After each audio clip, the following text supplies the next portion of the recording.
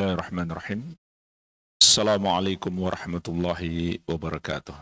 Innal hamdalillahi nahmaduhu wa nasta'inuhu wa nastaghfiruh wa na'udzu billahi min shururi anfusina wa sayyiati a'malina. May yahdihillahu fala mudhillalah wa may yudlil fala hadiyalah.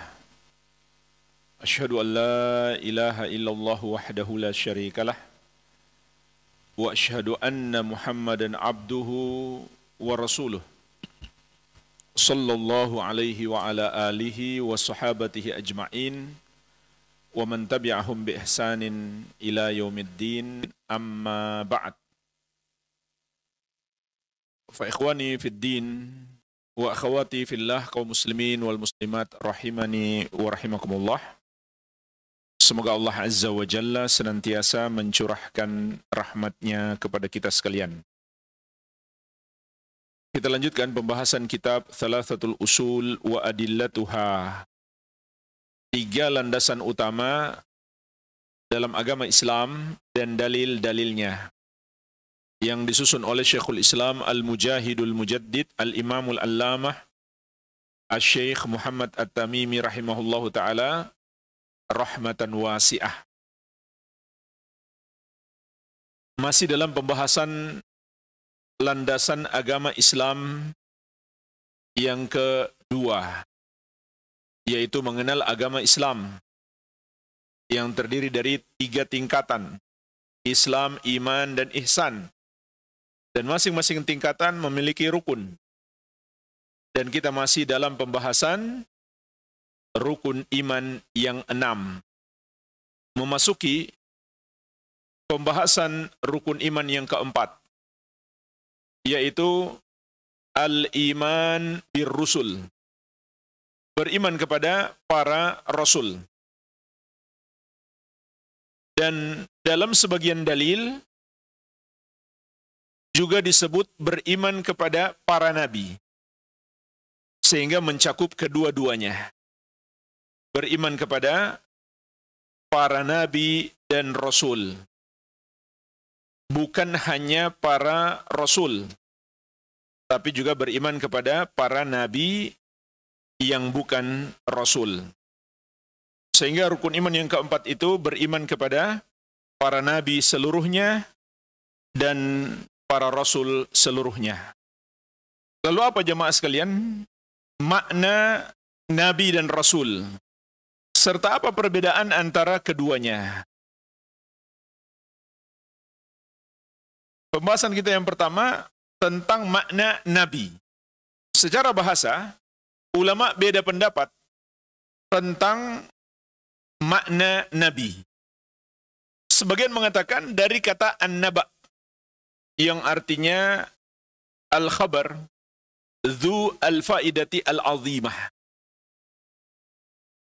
Berita yang mengandung faidah besar. Sebagian lagi mengatakan dari an-nabuwah atau an-nabawah, yang artinya adalah al-irtifa' anil ard, tempat yang tinggi. Dan kedua makna ini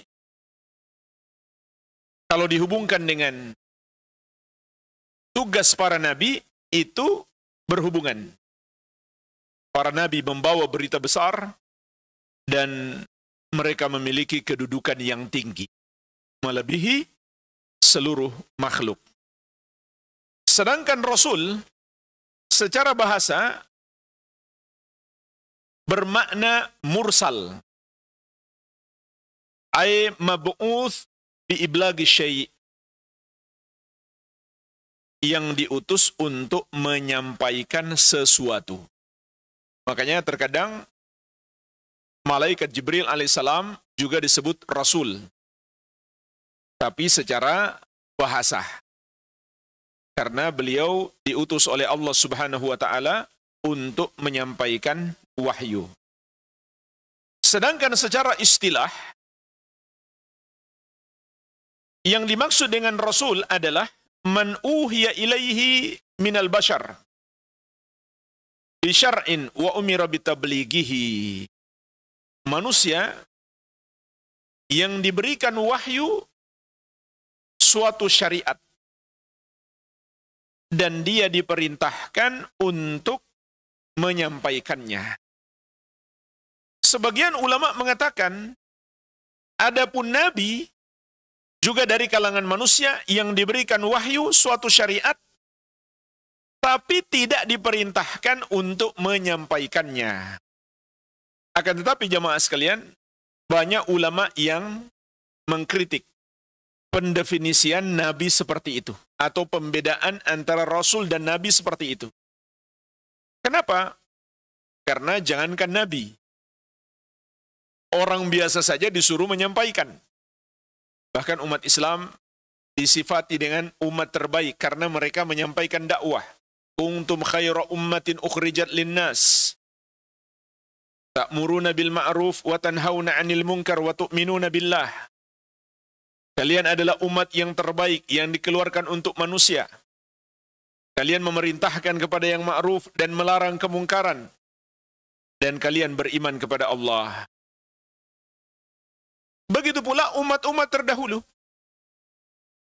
Di surat Ali Imran ayat 187. Allah Subhanahu wa taala mengatakan, "Wa idz akhadallahu mitsaqal ladzina utul kitaba la tubayyinunnahu lin-nasi wa la taktumunahu."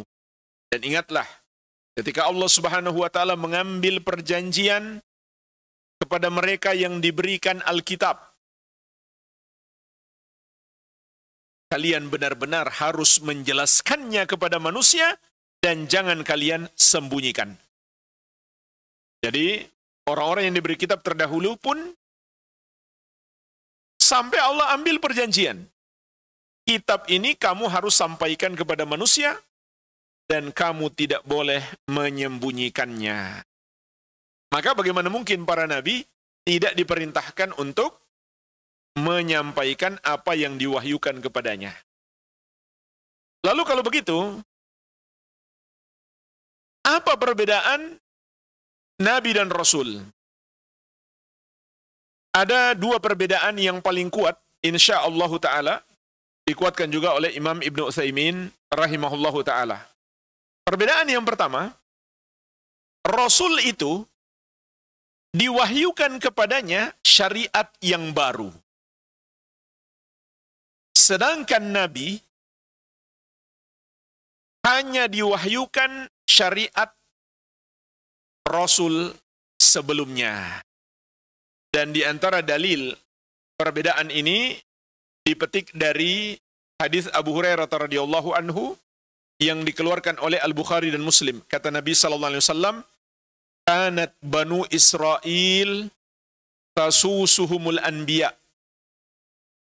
Kullama halaka nabiyyun khalafahu nabiyyun." Dahulu Bani Israel dipimpin oleh para nabi. Setiap wafat seorang nabi, Allah gantikan dengan nabi yang lain. Makna hadis ini, kata para ulama, para nabi yang menggantikan itu hanyalah melanjutkan apa yang sudah diwahyukan kepada Rasul sebelumnya. Perbedaan yang kedua, seorang Rasul diutus kepada kaum yang kafir, yang menentang kebenaran. Sedangkan Nabi diutus untuk kaum yang sudah beriman. Ini juga bisa dipetik dari hadis sebelumnya. Bani Israel yang masih beriman itu selalu dipimpin oleh para nabi. Sedangkan Rasul diutus kepada kaum yang kafir. Dan juga jemaah sekalian, dalil yang menguatkan para nabi juga diperintahkan untuk menyampaikan apa yang diwahyukan kepada mereka. Surat Al-Hajj ayat ke-52. Allah Subhanahu wa taala mengatakan, "Wa ma arsalna min qablika mir rasuli wala nabiyyin." Ila akhiril ayah. Dan tidaklah kami utus sebelum engkau wahai Muhammad seorang rasul tidak pula seorang nabi. Jadi dalam ayat ini Allah mengatakan Rasul dan Nabi sama-sama diutus. Berarti sama-sama harus menyampaikan wahyu yang telah diberikan kepada mereka. Sehingga tidak tepat kalau dikatakan perbedaan Nabi dan Rasul, bahwa Rasul diperintahkan menyampaikan wahyu yang disampaikan kepadanya, yang diberikan kepadanya, sedangkan Nabi tidak diperintahkan untuk menyampaikan wahyu yang diberikan kepadanya. Itu tidak tepat. Inilah jemaah sekalian, definisi Nabi dan Rasul, dan perbedaan di antara keduanya. Kemudian, Rasul yang pertama adalah Nabi Nuh alaihi salam.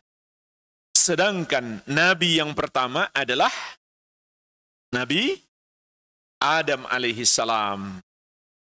Adapun Nabi dan Rasul yang terakhir adalah Nabi Muhammad sallallahu alaihi wa ala alihi wasallam. Dalil yang menunjukkan Rasul yang pertama adalah Nabi Nuh alaihissalam, di antaranya dalam surat An-Nisa ayat 163. Allah Subhanahu wa taala berfirman, "Inna auhayna ilaika kama auhayna ila Nuhi wan nabiyyina min ba'dihi." Sesungguhnya kami telah mewahyukan kepadamu, wahai Muhammad, sebagaimana kami mewahyukan kepada Nuh dan para nabi setelahnya. Jadi, ketika Allah Subhanahu wa taala berbicara tentang para nabi dan rasul yang diberi wahyu sebelum Nabi Muhammad SAW, Allah mulai dengan penyebutan Nabi Nuh alaihi salam. Sehingga kata para ulama, ini adalah dalil beliau adalah Rasul yang pertama.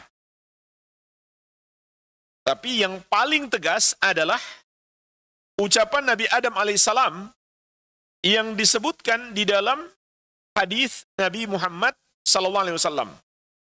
Di dalam As-Sahih dari Anas bin Malik radhiyallahu anhu, dalam hadis yang panjang tentang syafaat. Ketika manusia terombang-ambing di padang mahsyar, maka mereka mencoba meminta para nabi dan rasul agar bermohon kepada Allah supaya mereka segera diadili.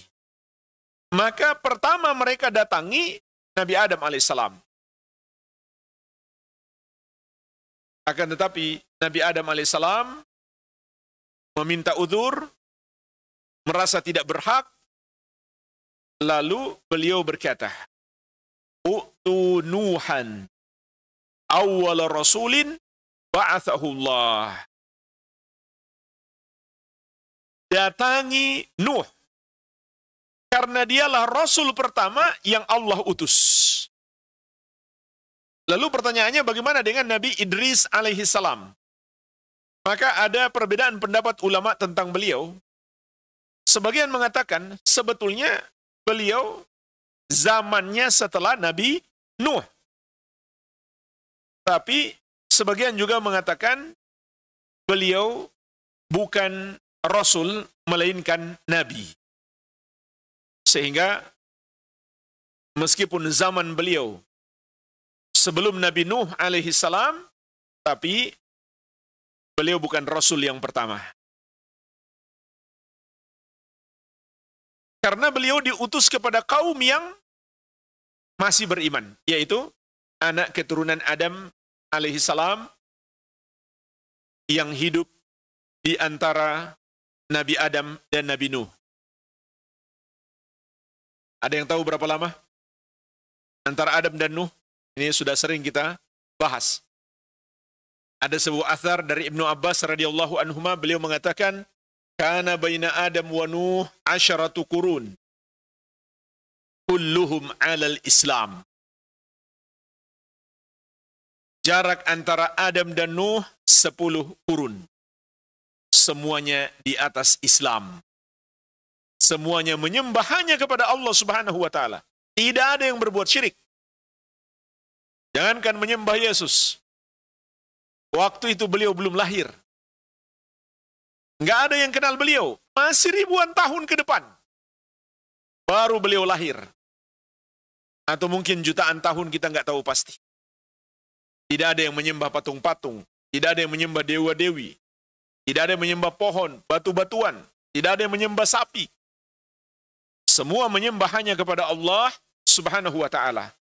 Dan itulah makna surat Al-Baqarah ayat 213. Allah Subhanahu wa ta'ala berfirman, "Kana an-nasu ummatan wahidatan. Fa ba'atsallahu nabiyyina mubashshirina wa mundzirina." Dulu manusia adalah umat yang satu. Lalu terjadi perpecahan. Maka Allah mengutus para nabi dan rasul untuk memberi kabar gembira dan peringatan. Perpecahan yang dimaksud adalah munculnya kesyirikan. Umat yang satu maknanya, seperti kata Ibnu Abbas radhiyallahu anhuma, semuanya beragama Islam. Artinya, semua menyembah hanya kepada Allah yang satu saja. Sedangkan perpecahan pertama yang terjadi di antara mereka adalah karena adanya orang yang berbuat dosa syirik, barulah Allah utus Nabi Nuh alaihissalam.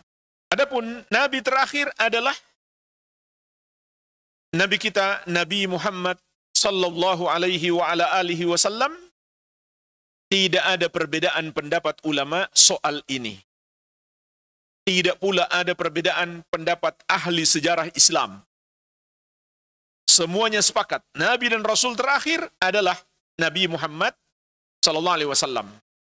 Sebagaimana ulama juga sepakat, orang yang tidak meyakini bahwa beliau Nabi dan Rasul terakhir, Islamnya batal. Atau dia menjadi murtad, keluar dari Islam. Oleh karenanya, ulama Islam di masa sekarang itu sepakat Ahmadiyah bukan bagian dari kaum muslimin. Meskipun mereka mengaku beriman kepada Nabi Muhammad SAW. Tapi mereka tidak meyakini beliau sebagai Nabi dan Rasul terakhir. Sehingga mereka meyakini Nabi yang lain yang bernama Mirza Ghulam Ahmad yang berasal dari India, yang diangkat menjadi Nabi dan Rasul oleh pemerintah Inggris ketika menjajah India. Dan dalam Al-Quran dan Hadis, nasnya tegas. Seperti surat Al-Ahzab ayat 40. Allah Subhanahu wa taala menegaskan, "Maka Muhammadun aba ahadim min rijalikum walaki Rasulullahi wa khataman nabiyyin." Tidaklah Muhammad itu bapak seorang lelaki di antara kamu. Maksudnya beliau tidak boleh mengangkat anak lalu disebut Fulan bin Muhammad. Dan ini juga berlaku bagi kita. Tidak boleh kita angkat anak lalu kita nisbatkan anak itu kepada kita. Tidak kita nisbatkan kepada ayah aslinya. Itu tidak boleh. Akan tetapi beliau adalah utusan Allah, wa khataman nabiyyin, dan penutup para nabi. Dan dalam hadis Nabi SAW menegaskan, la nabiyya ba'di, tidak ada nabi setelahku. Dan setiap umat yang pernah ada di muka bumi ini, Allah utus kepada mereka Rasul. Sebagaimana di surat Fatir ayat ke-24. Allah Subhanahu wa taala berfirman, "Wa im min ummatin illa khala fiha nadhir." Dan tidaklah ada satu umat kecuali terdapat padanya seorang pemberi peringatan. Maksudnya seorang nabi dan rasul. Dan juga di surat An-Nahl ayat ke-36. "Wa laqad ba'atsna fi kulli ummatin rasulan ani'budullaha wajtanibut tagut." Dan sungguh kami telah mengutus pada setiap umat itu seorang rasul. Setiap rasul menyerukan kepada kaumnya sembahlah Allah dan jauhilah tagut, jauhilah semua yang disembah atau dituhankan selain Allah Subhanahu wa taala. Jadi ayat-ayat ini menegaskan kepada kita setiap umat diutus kepada mereka seorang nabi dan rasul. Namun tidak semuanya diceritakan kepada kita. Sebagaimana juga di surat Ghafir ayat ke-78 Allah menegaskan, "Walaqad arsalna rusulan min qablika minhum man qasasna 'alaika wa minhum man lam naqsus 'alaik." Dan sungguh kami telah mengutus para rasul sebelum engkau wahai Muhammad. Di antara mereka ada yang kami kisahkan kepadamu dan ada yang tidak kami kisahkan kepadamu. Makanya kita yakin secara global setiap umat yang pernah ada di muka bumi ini telah diutus kepada mereka seorang rasul, dan umat akhir zaman hanya diutus seorang nabi dan rasul. Oleh karenanya jemaah sekalian, perbedaan antara Nabi Muhammad SAW dan para nabi dan rasul terdahulu, beliau diutus kepada seluruh manusia. Manusia ketika beliau diutus itu dianggap sebagai satu umat yang disebut atau seringkali diistilahkan dengan umat akhir zaman. Mau dia di benua Eropa, Amerika, Asia, semuanya. Mereka adalah satu umat. Nabinya cuma satu. Nabi Muhammad sallallahu alaihi wa ala alihi wasallam. Sedangkan sebelum kita, umat itu banyak. Bani Israel adalah kaum tersendiri. Penduduk Yaman adalah kaum tersendiri. Nabi dan Rasul mereka berbeda-beda. Dan Nabi SAW menegaskan, "Kana an-nabiyyu yub'atsu ila qaumihi khassatan, wa bu'ithtu ila an-nasi 'ammatan." Dulu, seorang nabi diutus untuk kaumnya saja, sedangkan aku diutus untuk seluruh manusia. Sebagaimana juga Allah tegaskan, "Qul ya ayyuhan nas, inni rasulullahi ilaikum jami'an." Katakan, wahai manusia, aku adalah utusan Allah untuk kalian semuanya. Dan seluruh nabi dan rasul itu dari kalangan manusia. Ulama juga sepakat, tidak ada nabi dan rasul dari kalangan jin. Dan nabi kita, Nabi Muhammad SAW, umat beliau mencakup manusia dan jin. Oleh karenanya, dalam Al-Quran sampai ada surat Al-Jin di juz ke-29. Surat itu berbicara tentang para jin yang masuk Islam setelah mendengarkan Al-Quran yang diajarkan oleh Nabi Muhammad sallallahu alaihi wasallam. Maka para jin juga harus tunduk kepada syariat Nabi Muhammad sallallahu alaihi wasallam. Harus belajar juga, harus ikut kajian. Mereka terikat dengan syariat Nabi sallallahu alaihi wasallam. Mereka harus sholat, puasa, zakat, haji, sama dengan kita. Dan para nabi dan rasul itu tidak sedikit pun memiliki sifat-sifat Allah. Tidak sedikit pun menyerupai Allah Subhanahu wa taala. Mereka hanyalah makhluk sama seperti kita. Oleh karena itu mereka tidak punya hak untuk disembah. Nabi yang paling mulia, Nabi Muhammad SAW, diperintahkan oleh Allah Subhanahu wa taala untuk menyatakan bahwa beliau hanyalah manusia biasa sama seperti kita. Di akhir surat Al-Kahfi, Allah Subhanahu wa taala berfirman, "Qul innama ana basyarum mithlukum." Katakan wahai Muhammad, aku hanyalah manusia sama seperti kalian. Begitu pula di surat Al-A'raf ayat 188. Qul la amliku li nafsi naf'aw wala darran illa ma syaa Allah. Katakan wahai Muhammad, aku tidak punya kuasa untuk kemanfaatan atau kemudaratan bagi diriku sendiri kecuali yang Allah kehendaki. Karena beliau manusia biasa, beliau tidak punya kuasa, jangankan untuk orang lain, untuk diri beliau sendiri saja, beliau tidak bisa memberi manfaat atau menolak mudarat. Katakan juga, engkau tidak tahu perkara gaib. Walau kuntu a'lamul gaib, lastakthartu minal khair, wa ma massaniya su'. Andai saja aku tahu perkara gaib, aku akan memperbanyak kebaikan dan aku tidak akan ditimpa keburukan. Faktanya di perang Uhud, Nabi SAW tertimpa keburukan secara fisik. Sampai kepala beliau berdarah dan gigi beliau pecah. Seandainya beliau tahu perkara gaib, tentu beliau sudah tahu apa yang akan terjadi. Ternyata beliau tidak tahu. Adapun yang beliau sampaikan tentang peristiwa-peristiwa masa depan, itu kan karena Allah berikan wahyu. Kalau Allah tidak berikan wahyu, niscaya beliau tidak tahu. Sebagaimana juga Allah tegaskan di surat Al-Jin, Alimul ghaibi, fala yudhiru ala ghaibihi ahadan, illa man irtada mir rasulin. Allah yang maha tahu perkara gaib. Maka Allah tidak menampakkan perkara gaib tersebut, kecuali kepada Rasul yang Allah ridhoi. Dan juga banyak ayat dalam Al-Quran, Allah menyebut sifat-sifat para nabi dan rasul dengan sifat manusia.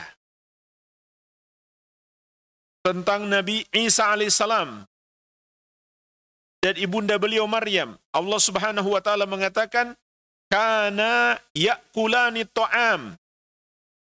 Keduanya makan makanan. Coba perhatikan jemaah sekalian.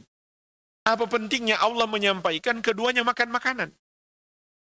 Agar menyadarkan umat Nasrani yang menyembah Nabi Isa alaihissalam dan ibunda beliau Maryam alaihissalam. Begitu pula Allah sebutkan ucapan Nabi Ibrahim alaihissalam di surat Asy-Syu'ara mulai ayat 79. Walladzi huwa yut'imuni wa yasqin.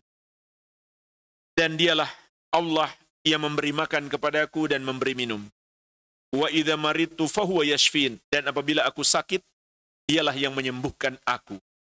Walladzi yumituni tsumma yuhyin. Dan dialah yang akan mematikan aku, kemudian menghidupkan aku.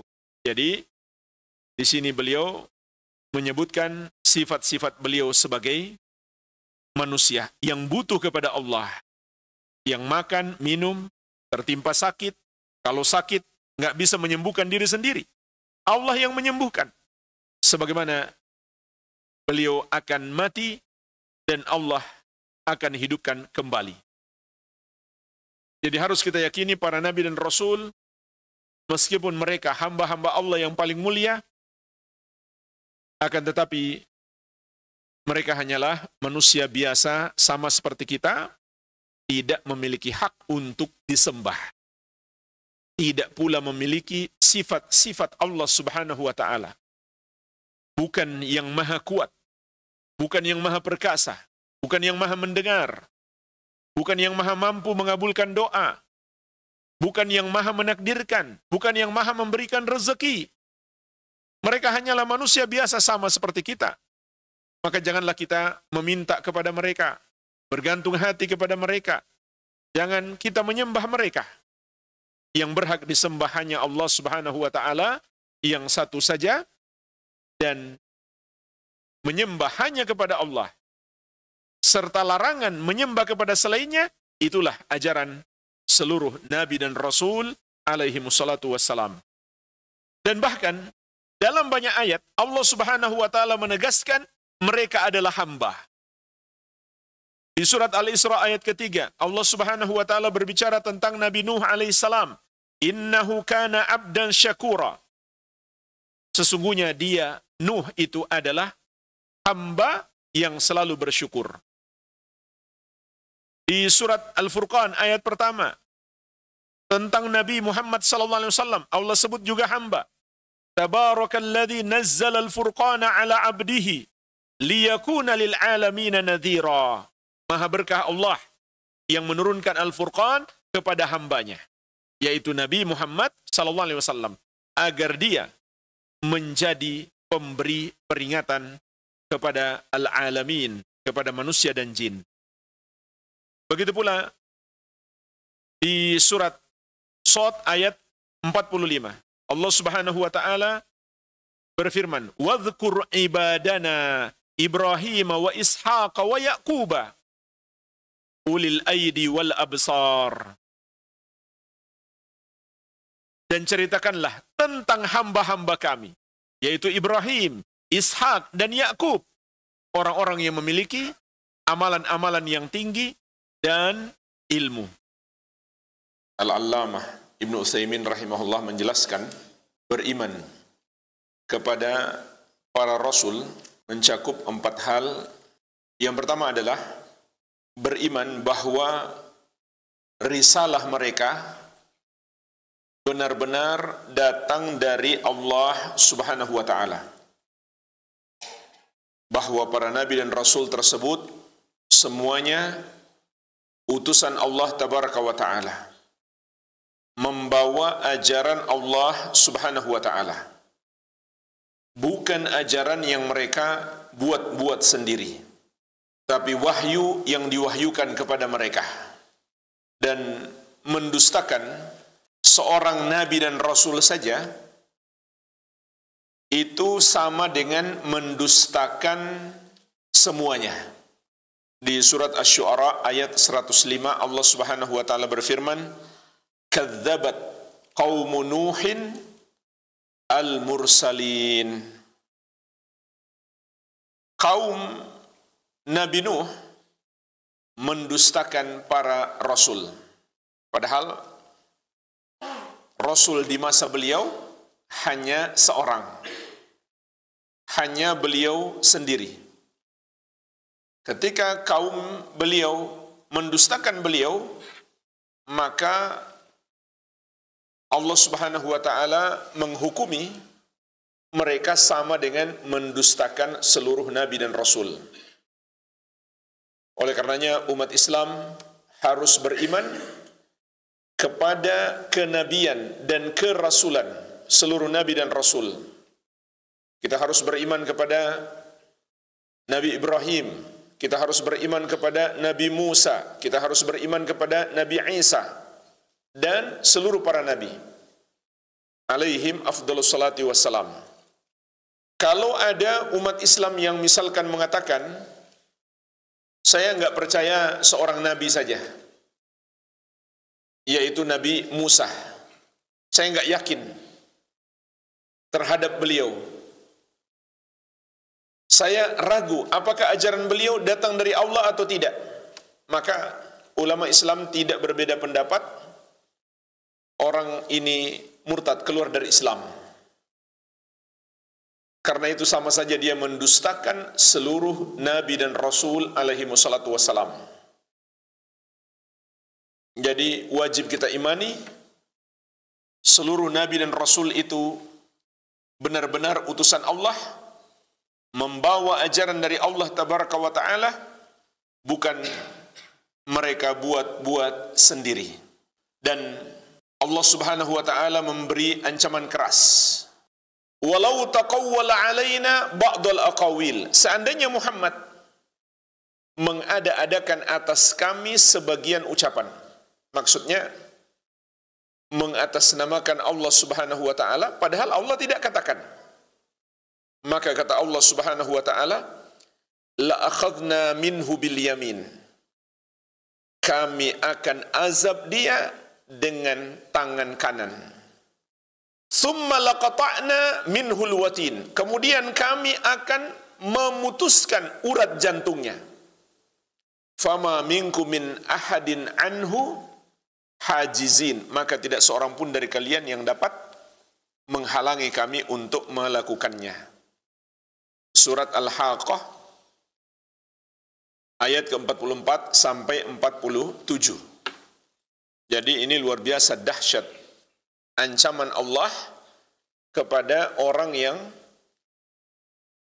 mengklaim ini ajaran Allah, tapi ternyata bukan ajaran Allah Subhanahu wa ta'ala.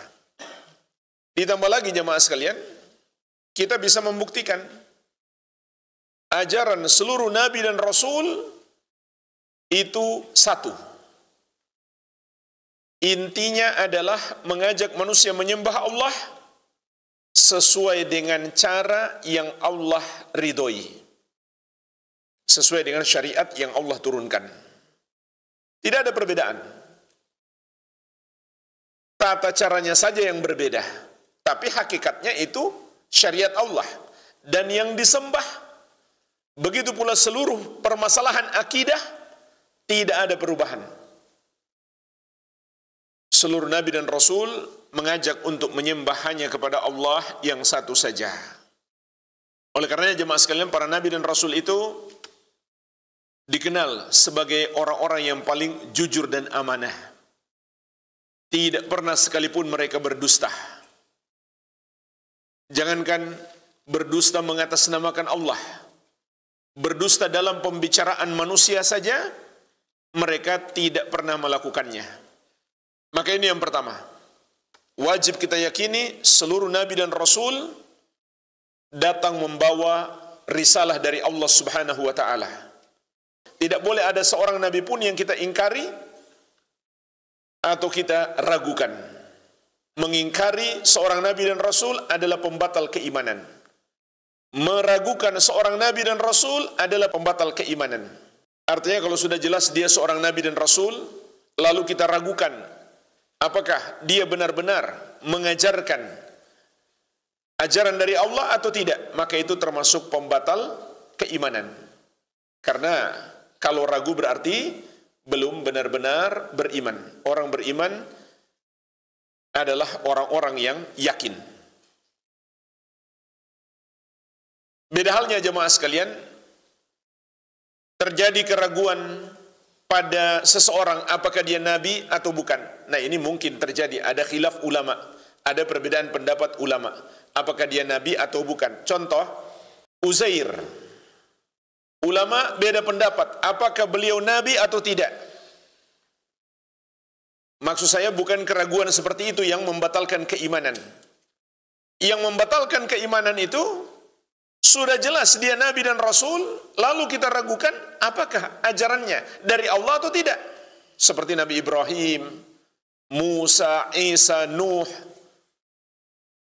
Ismail, Ishak, Yakub, Yusuf, itu kan sudah nggak diragukan lagi.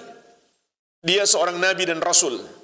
Kalau ada seseorang meragukannya bahwa ajarannya belum tentu dari Allah Subhanahu wa ta'ala, maka itu pembatal keimanan. Dan pendapat yang lebih kuat, Uzair bukan nabi. Uzair bukan nabi karena tidak ada nas yang tegas menunjukkannya. Begitu pula Raja Dzulqarnain. Ulama berbeda pendapat apakah beliau seorang nabi dan rasul atau tidak. Jadi ini yang pertama. Yang kedua, mengimani secara terperinci nama-nama para nabi dan rasul yang sampai kepada kita, yaitu yang terdapat di dalam Al-Quran dan Sunnah. Contoh, 25 nabi dan rasul yang disebutkan di dalam Al-Quran. Sedangkan yang tidak disebutkan di dalam Al-Quran ataupun dalam As-Sunnah, maka kita imani secara global. Karena para nabi dan rasul itu jumlahnya sangat banyak, tapi tidak semuanya Allah ceritakan kepada kita. Sebagaimana di surat Ghafir ayat 78, Allah Subhanahu wa taala berfirman, "Walaqad arsalna rusulan min qablika minhum man qasasna 'alaika wa minhum man lam naqsus 'alaika." Dan sungguh kami telah mengutus para rasul sebelum engkau wahai Muhammad. Di antara mereka ada yang kami kisahkan kepadamu dan di antara mereka ada yang tidak kami kisahkan kepadamu. Maka yang tidak dikisahkan oleh Allah Subhanahu wa taala ini kita imani secara global.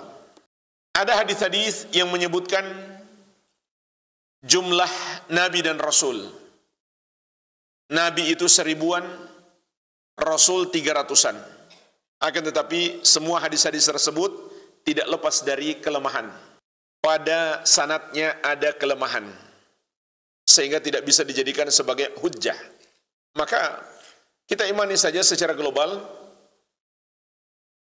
Kita tidak tahu berapa jumlah mereka. Yang jelas jumlahnya sangat banyak, karena setiap umat Allah utus seorang rasul. Dan umat yang pernah ada di muka bumi ini sangat banyak. Dan terkadang satu umat Allah utus rasul dan para nabi. Contoh pada Bani Israel, Rasulullah SAW mengatakan, kanat Banu Israel tasusuhumul anbiya. Dahulu Bani Israel selalu dipimpin oleh para nabi. Kullama halaka nabiyyun khalafahu nabiyyun. Setiap wafat seorang nabi digantikan oleh nabi yang lain. Seperti disebutkan dalam hadis yang sahih, seorang nabi dari kalangan Bani Israel adalah Yusha bin Nun alaihi salam. Beliaulah yang diceritakan oleh Nabi sallallahu alaihi wasallam, seorang nabi yang matahari ditahan untuk beliau sehingga tidak segera terbenam. Kenapa?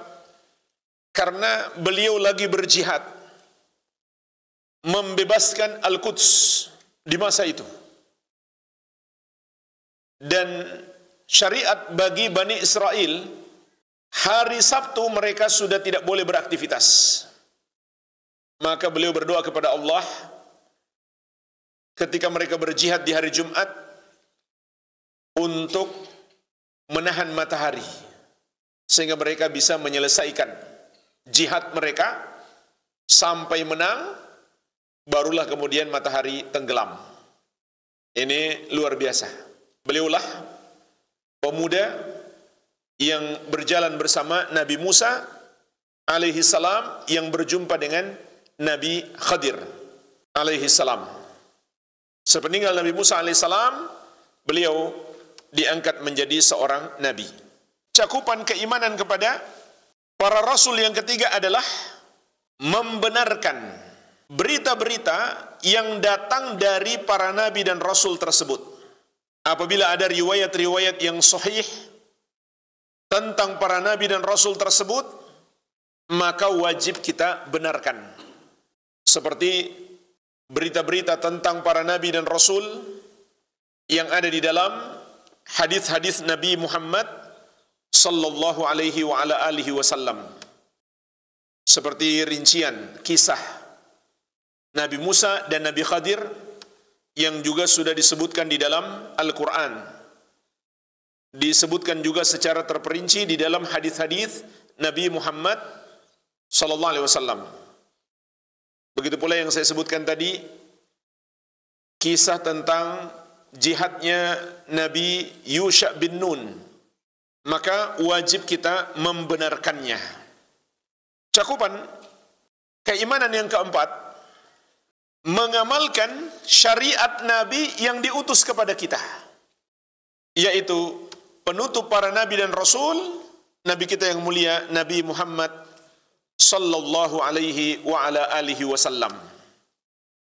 Jadi meskipun kita beriman kepada seluruh nabi dan rasul, dan kita yakin seluruh nabi dan rasul adalah orang-orang yang paling amanah, namun yang wajib kita amalkan hanyalah syariat Nabi Muhammad sallallahu alaihi wa ala alihi wasallam. Sebagaimana Allah ingatkan dalam banyak dalil, di antaranya di surat An-Nisa ayat ke-65. Fala wa rabbika la yu'minuna hatta yuhakkimuka fima syajara bainahum thumma la yajidu fi anfusihim harajan mimma qadaita wa yusallimu taslima. Sekali-kali tidak. Demi Rabbmu wahai Muhammad, mereka tidak beriman sampai mereka menjadikan engkau yang memutuskan hukum dalam semua urusan kehidupan mereka. Kemudian mereka tidak dapati di dalam hati mereka sedikit pun keberatan atau penolakan terhadap ajaran yang engkau bawa, dan mereka tunduk sepenuhnya. Inilah kewajiban kita, tunduk kepada syariat Nabi Muhammad SAW, Nabi yang diutus kepada kita. Sedangkan syariat Nabi dan Rasul terdahulu hanya boleh kita amalkan kalau tidak bertentangan dengan ajaran Nabi Muhammad SAW. Contoh jemaah sekalian, termasuk syariat Nabi dan Rasul terdahulu di bulan Muharram, anjuran berpuasa di tanggal 10 Muharram. Ini adalah syariat Nabi Musa alaihi salam. Karena hari itu beliau diselamatkan oleh Allah Subhanahu wa taala dari kejaran Firaun, dan Allah tenggelamkan Firaun dan bala tentaranya di hari tersebut, tanggal 10 Muharram. Maka Nabi Musa alaihissalam pun berpuasa. Dan di masa Nabi sallallahu alaihi wasallam, orang-orang Yahudi juga berpuasa. Mereka masih mewariskan syariat Nabi Musa alaihissalam, tapi kebanyakan mereka sudah rubah-rubah. Mereka sudah tambah-tambahi, mereka sudah kurang-kurangi. Di antara yang mereka masih amalkan di masa Nabi SAW adalah berpuasa 10 Muharram. Maka ketika itu Nabi SAW berkata kepada mereka, "Fa ana ahaqqu bi Musa minkum." Aku lebih berhak kepada Musa dibanding kalian. Maka Nabi SAW juga berpuasa dan memerintahkan umat Islam untuk berpuasa. Tetapi agar menyelisihi Yahudi, Nabi SAW mengatakan, "Idza kana al-amul muqbil insyaallah sumnal yawma tasi'ah." Tahun depan insyaallah kita akan berpuasa di tanggal 9 juga. Makanya lebih afdal kita berpuasa 9 dan 10 Muharram. Lebih afdal lagi kalau kita tambah dengan 11 Muharram. Jadi 9, 10, 11. Karena bulan Muharram dianjurkan memperbanyak puasa. Rasulullah SAW bersabda, "Afdalus siyami ba'da Ramadan syahrullahi al-Muharram." Puasa yang paling afdal setelah bulan Ramadan adalah berpuasa di bulan Allah Al-Muharram. Jadi ini contoh syariat Nabi terdahulu. Berpuasa di hari Asyura 10 Muharram. Syariatnya Nabi Musa alaihi salam. Kita amalkan, kenapa? Karena diamalkan oleh Nabi kita, Nabi Muhammad sallallahu alaihi wa ala alihi wasallam. Dan beliau bahkan memerintahkan kita untuk melakukannya. Inilah jemaah sekalian, 4 cakupan keimanan kepada para nabi dan rasul alaihi wassalatu wassalam. Al-Allamah Ibnu Utsaimin rahimahullah juga menyebutkan 3 buah yang agung yang akan kita dapatkan apabila kita beriman kepada para rasul sesuai dengan ketentuan syariat. Yang pertama adalah keimanan kita kepada Allah Subhanahu wa taala semakin kuat. Karena dengan diutusnya para nabi dan rasul, kita pun mengetahui betapa besarnya rahmat Allah kepada kita. Sehingga Allah mengutus kepada kita para rasul untuk menunjukkan kepada kita jalan hidayah. Dan untuk menjelaskan kepada kita bagaimana kita beribadah kepada Allah Subhanahu wa taala. Karena akal manusia tidak mungkin bisa dengan sendirinya mengenal jalan hidayah atau mengetahui detail tata cara ibadah kepada Allah Subhanahu wa taala. Hanya dengan akal manusia saja nggak mungkin. kita bisa mengenal jalan hidayah dan detail tata cara ibadah kepada Allah Subhanahu wa taala. Kalau secara global saja mungkin, tapi secara terperinci tidak mungkin. Sehingga kita butuh petunjuk dari Allah Subhanahu wa taala. Maka Allah memberikan petunjuk itu dengan cara mengutus para nabi dan rasul alaihi wassalatu wassalam, yang tugas mereka tidak lain menjelaskan kepada kita secara detail petunjuk-petunjuk Allah Subhanahu wa taala. Ini yang pertama. Keimanan kita kepada Allah pun semakin kuat, bahwa Allah Subhanahu wa taala Dia adalah Rabb kita yang Maha Penyayang, yang menginginkan kebaikan untuk kita, yang membimbing kita ke surganya. Yang kedua, wajib kita bersyukur atas nikmat yang besar ini. Kalau saja nikmat-nikmat dunia kita bersyukur, maka nikmat diutusnya Nabi Muhammad SAW harus lebih kita syukuri. Itu nikmat terbesar dalam hidup kita. Tidak ada nikmat yang lebih besar bagi kita melebihi nikmat Allah diutusnya Nabi Muhammad SAW kepada kita. Maka hendaklah kita syukuri. Dan bentuk rasa syukur itu berarti kita hendaklah mempelajari petunjuk-petunjuk beliau dan berusaha meneladani beliau. Yang ketiga, wajib kita mencintai para nabi dan rasul dan memuliakan mereka. Dan inilah dua pokok keimanan: cinta dan pengagungan. Oleh karenanya, membenci seorang nabi dan rasul membatalkan keimanan. Begitu pula melecehkan seorang nabi dan rasul membatalkan keimanan. Meskipun bukan Nabi Muhammad sallallahu alaihi wasallam. Kalau ada seorang muslim mengatakan misalkan, saya enggak suka sama Nabi Ishak, maka dia bukan muslim lagi. Atau dia berbicara buruk tentang seorang nabi, seperti orang-orang Harokah atau orang-orang hizbi. Mereka tidak belajar akidah yang benar. Mereka tidak punya adab yang baik kepada para nabi dan rasul. Sehingga tokoh mereka mengatakan Nabi Musa itu orang yang temperamen, nggak bisa mengendalikan emosi. Na'udzubillah. Ini ucapan yang tidak pantas ditujukan kepada seorang nabi. Bahkan ada yang mengatakan di negeri kita, Nabi Musa itu premannya para nabi. Kata-kata yang tidak pantas, na'udzubillah. Harusnya kita menyebut para nabi dan rasul itu dengan pemuliaan, pengagungan. Bahkan kita usahakan setiap menyebut para nabi dan rasul, kita bersalawat kepada mereka, ucapkan salam kepada mereka. Itu yang seharusnya. Jadi melecehkan seorang nabi dan rasul itu membatalkan keislaman. Ini dua pokok keimanan. Wajib kita mencintai para nabi dan rasul dan mengagungkan mereka. Bahkan kepada Nabi Muhammad SAW, kita wajib mencintai beliau melebihi cinta kita kepada seluruh makhluk.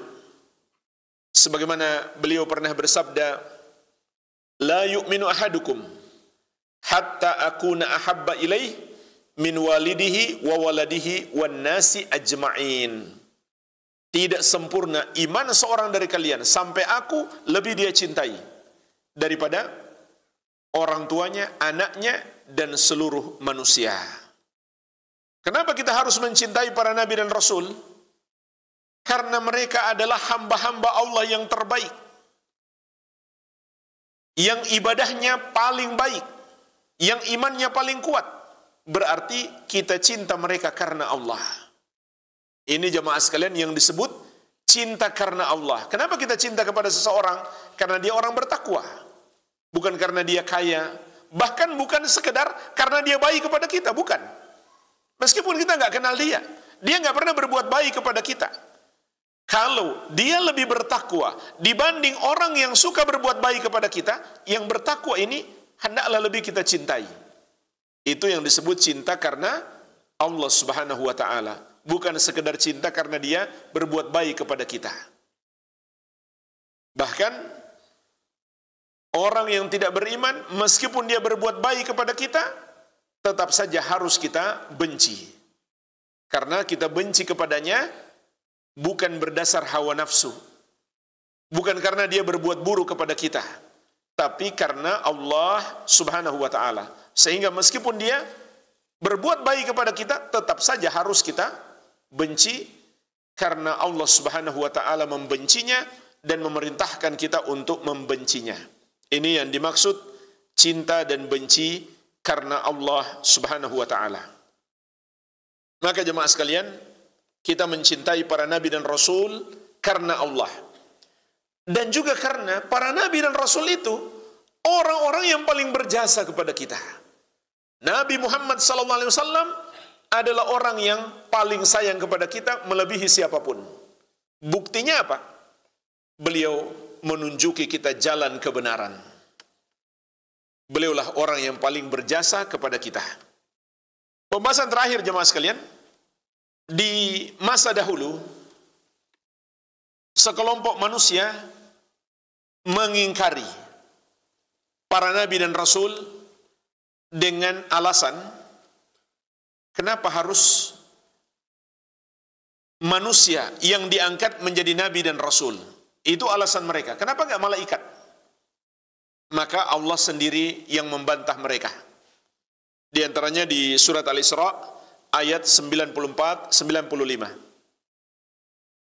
Allah Subhanahu wa taala berfirman, "Wa ma mana'an nasa ay yu'minu idz ja'ahumul huda illa an qalu aba'atsallahu basyarar rasula." Dan tidaklah ada yang menghalangi manusia untuk beriman tatkala datang kepada mereka hidayah, kecuali mereka berkata, aba'atsallahu basyarar rasulah. Apakah layak Allah mengutus manusia sebagai rasul? Jadi mereka merasa heran, tidak terima. Kok manusia yang diutus sebagai rasul? Maka Allah Subhanahu wa ta'ala membantah mereka. Qul law kana fil ardi malaikatu yamshuna mutmainnina lanazzalna 'alaihim minas sama'i malakar rasula. Katakanlah, andai yang hidup, yang berjalan di muka bumi itu adalah para malaikat, niscaya kata Allah, kami akan menurunkan kepada mereka malaikat dari langit sebagai rasul. Karena yang di bumi yang tinggal adalah manusia, maka Allah utus manusia. Jadi ini suatu jawaban yang sangat masuk akal. Karena di bumi yang tinggal bukan malaikat, maka Allah tidak mengutus malaikat. Dan juga jemaah sekalian, kalau yang diutus malaikat, nanti manusia bisa beralasan. Dia kan bisa begitu karena dia malaikat. Maka Allah utus manusia sehingga kita bisa meneladani beliau. Ditambah lagi ujian dan cobaan yang menimpa para nabi dan rasul itu lebih dahsyat dibandingkan manusia biasa. Sehingga kita tetap dapat meneladani kesabaran para nabi dan rasul. Karena ujian yang menimpa kita juga sesuai dengan kadar keimanan kita. Wabillahi taufik. Subhanakallahumma wa bihamdik, asyhadu an la ilaha illa anta, astaghfiruka wa atubu ilaik. Wa sallallahu ala nabiyyina Muhammadin wa alihi wasallam. Walhamdulillahi rabbil alamin. Wassalamualaikum warahmatullahi wabarakatuh.